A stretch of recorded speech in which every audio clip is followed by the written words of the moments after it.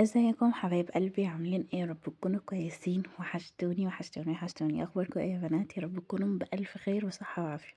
تعالوا النهارده فيديو جديد، عامله لكم فيديو حلو قوي النهارده، واخيرا هنعمل محشي. فتعالوا اقول لكم انا بعمل محشي ازاي، او الطريقه بتاعتي في المحشي عموما. هنا انا كنت عاوزه احشي كل حاجه. قطعت بطاطس، هحشي بطاطس لحمه، وعملت كرومب، وعملت بتنجان وفلافله، و اللهم صل على النبي، كوسة. وبرضه عملت محشي بصل، أول مرة في حياتي أعمله. هنا بقى كنت بوريكم الحاجة وأنا قاعدة أحضر. كنت قاعدة بفرغ بقى الكوسة والبتنجان والفلافلة، كنت قاعدة أظبطهم كده وأخرج الحاجات اللي فيها وأقورها وأقشرها والحاجات دي. دي أكتر حاجة بصراحة أخدت معايا وقت.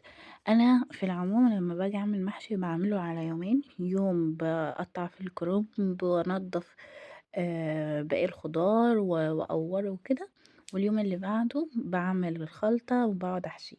بس الحقيقة النهاردة ما كانش هينفع النظام ده. النهاردة أنا يعني يعتبر انا عملت كل حاجة في يوم واحد. انا طبعا كان عندي كرومب في الفريزر، كنت سلقاه ومقطعاه من ايام رمضان. بس الحقيقة ان احنا ما اكلناش كرومب في رمضان غير هي بتهيألي مرة واحدة. ولسه كان عندي بقى ايه بقيت الحاجات اللي انا كنت مقوراها، قصدي كنت مخزناها. اللي هو الكرنب، كان عندي الكرنب متقطع ومحطوط في الفريزر. فده بصراحة سهل عليا كتير قوي قوي قوي قوي قوي، خلاني يعني ايه ما اتعبش قوي. انا بصراحة اكتر حاجة ما بحبهاش في الكرنب او في المحشي عموما ان انا اسلق الكرنب الابيض، اللي هو الكرنباية العادية، ان انا اقعد اسلقها واقطعها. دي اتقل مرحلة بتبقى على قلبي. لكن من الحشو والتقوير والحاجات دي كلها والخلطة وكله، لا بصراحة بحبه جدا. النهارده بقى انا قعدت اتسليت فيه. عندنا النهارده عزومه جامده جامده جامده جامده جامده. الحقيقه انا مش انا اللي عازمه، هو كلنا معزومين مع بعض. ازاي؟ انا وسلايفي وحماتي اتفقنا ان احنا هنعمل، كل واحد هيعمل حاجه من اكل الحاجات اللي هو عاوز يعملها، هنعملها وهنتجمع يوم ان شاء الله، يوم شم النسيم، وهنتغدى فيه كلنا سوا. ف أنا الدور بتاعي، يعني الدور عليَّ كان إن أنا أعمل محشي وفراخ.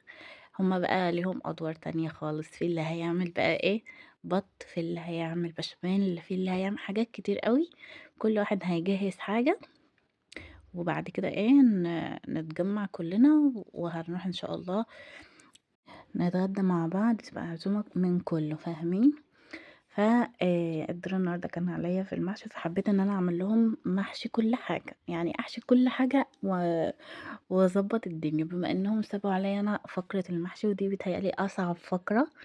بس مش عارفة هُم بيستغلّوا إن أنا الصغيرة وبيضحكوا عليَّ. بس بصراحة أكتر حاجة كنت مبسوطة بيها، أنا النهارده بصراحة والله العظيم قاعدة باعمل المحشي بحُب، بمنتهى الحُب، عاوزاه يطلع مسكّر وحلو، إن شاء الله يطلع زي الفل. هنا بقى أنا كنت قاعدة باقوّر الحاجة. أنا طلبت من جوزي يجيب لي الحاجات دي إيه، صغنونة، يعني يجيب لي الفلافلة صغنونة، البتنجان صغنون، الكوسة صغنونة، علشان يطلعوا أحلى في المحشي، فاهمينّي؟ لمّا بيبقى نوع الخضار فلافلة أو بتنجان أو كوسة، أمّا بيبقوا كبار ما بيبقوش طالعين زي الصغنّنين. أنتم أكيد فاهمين الحاجات دي، مش محتاجة أقولها يعني. أنا كنت قاعدة باقطّع الفلافلة، وتالية كانت بوّظت لي فلافلايتين اللي هُم في إيدي دُولي. قطمتهم كده من غير ما أشوفها من ورايا، عاملة زي الفار الصغير. والله العظيم. الحقيقة إن أنا مبسوطة أوي إن إحنا الحمد لله هنتعزم مع بعض والولاد يشوفوا بعض. إحنا ما بنتعزمش العزومة دي غير هي مرة أو 2 في السنة، في رمضان وفي أي مناسبة تانية لمّا نكون متفقين عليها. فالحمد لله السنة دي كده إيه، اتفقنا إن إحنا إن شاء الله نتجمّع مع بعض في شم النسيم، بما إننا ما حدش فينا هياكل فسيخ. كلّهم معترضين على حتّة الفسيخ، ما حدش فيهم هياكل فسيخ يوم شم النسيم. وحماتي طبعًا ربنا يا رب يبارك لها ويخلّيها لينا اللهم آمين، برضه قررت إن هي مش تاكل فسيخ، أو يعني أول سنة تعدّي عليَّ ما آكلش فسيخ ورنجة في شم النسيم. في العموم أنا كنت يوم شم النسيم ده كنت دايمًا آخد حماتي بس لوحدها، هي لوحدها بس. وكنت بنخرج كلنا مع بعض، يعني أنا وجوزي وعيالي وحماتي. دايمًا ده أساسي عندنا، أنا باخدها دايمًا في شم النسيم بتجيب لنا بقى البيض المتلون، وبتقعد تجيب لنا والله بطاطس، وبتقعد تجيب لنا حاجات جميلة أوي، أوي، أوي تفرّح أوي العيال، وبتقعد تعايد على العيال وتجيب لهم حاجة حلوة وشوكولاتة وآيس كريم ومش عارفة إيه. هي حبيبتي ربنا يا رب يبارك لها ويديها الصحة والعافية. عايزة أقول لكم حاجة يا بنات، والله العظيم أنا باحب حماتي أوي. أنا عمومًا الناس اللي أنا باحبها ما باحبش أتكلم عليها كتير، بس بجد، بجد الحمد لله، الحمد لله، الحمد لله، ربنا رازقني بحما طيبة محترمة جميلة، ربنا يا رب يخليها لنا كلنا. إحنا كلنا بنحبها، كلنا، يعني كل السلفات بيحبوها بصراحة.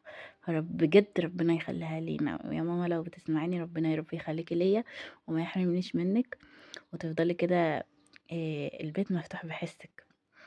يا رب اللهم آمين. هي ست طيبة، وعمرها عمرها يا بنات والله العظيم يعني عمرها في حياتها ما زعّلتنا بكلمة. إحنا اللي هُم مراتات ولادها عمرها والله ما زعّلتنا بكلمة، وعمرها ما قالت علينا أي حاجة ولا عمرها زعّلتنا خالص، ربنا يا رب يحميها يا رب، ويبارك لنا في عمرها ويخلّيها لنا كلّنا. كلّنا بنموت فيها، والله كلّنا بنموت فيها، ويعتبر هي اللي بتجمّعنا كلّنا مع بعض، وولاد العمام بقى اللي هُم الأطفال الصغنّنين بيتجمّعوا مع بعض بيهردوا الدنيا. بس هي الحقيقة العزومة مش عندنا في البيت، إحنا لسه ما قررناش يعني العزومة هنروح نستقر فين، إحنا اتفقنا على الأكل بس لكن لسه ما اتفقناش على بقى إيه، العزومة، سايبينها تيجي كده، الرجالة بقى هُم اللي هيقرروا إن شاء الله. أنا كنت باضبّط الدنيا، قاعدة باحضّر للمحشي، أنا اتفسخت في اليوم ده والله العظيم حرفيًا. أنا عملت محشي أول مرّة أعمله في حياتي، اللي هو محشي البصل، كنت دايمًا باشوفه على النت، عمري ما جرّبته، فقُلت أجرّبه فيهم هُم بقى. عملت لهم محشي بصل، قطّعت بصلتين وقشّرتهم قصدي وقطعتهم من النُص كده قطع صغنّنة زي ما كان ظاهر في الفيديو، وبعدين حطيتهم في مَيّة يتسلقوا، وبعدين شِلتهم بقى إيه فرّغتهم. زي كده، شِلت كل بصلاية لوحدها كده بتتفرّغ كده، وبيتحشوا على طول زي كإنّك بتحشي الورق ال اللهم صل على النبي، ورق الكرنب. وهنا أنا كنت عصّقت حتّة لحمة صغنّونة عشان هاعملها في البطاطس إن شاء الله، هاعمل بطاطس باللحمة، يعني هاحشي البطاطس لحمة. وده الطبق اللي فات ده أنا كنت باورّيكم الحشو بتاع المحشي والخضار كلّه، أنا باشيله علشان بافرده في الحلة الأول قبل ما أرصص المحشي.